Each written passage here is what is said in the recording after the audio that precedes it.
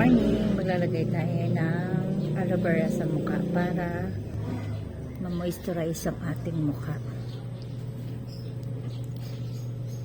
Kasi lagi ako nagpapainit.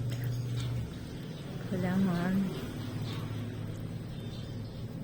alagaan ng mukha. Yung nga palang aloe vera, nilagay ko muna sa ref para lumamig. Nakakatulong yon para bumanat yung mukha.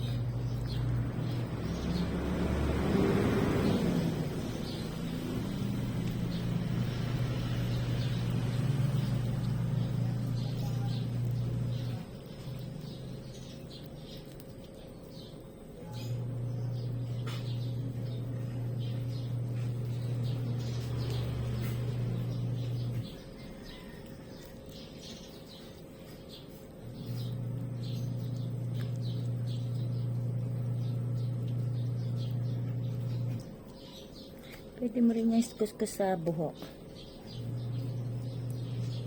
Para mamaya, pag liko, magbanlawan na siya.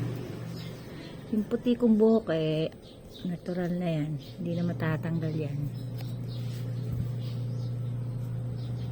Tapos, yung matitira mga dito sa braso. Kasi yung balat ko dati, nagkaroon na ng tatlong kulay, brown, white, at saka yung kulay ko. Nung lagyan ko siya ng aloe vera, natanggal-tanggal. Pero meron pa rin. Yung mga stain pa rin siya. Dark spot and white spot. Araw-araw ko itong ginagawa.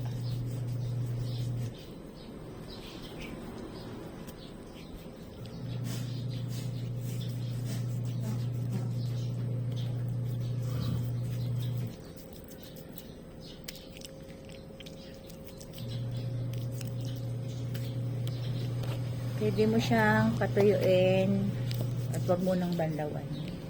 Hindi naman siya malagkit. Hindi siya malagkit sa katawan.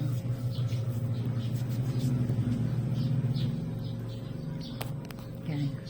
Kitang-kita na yung puti ng buhok. Hindi ako magkukulay. Hayaan mo maging mukhang matanda.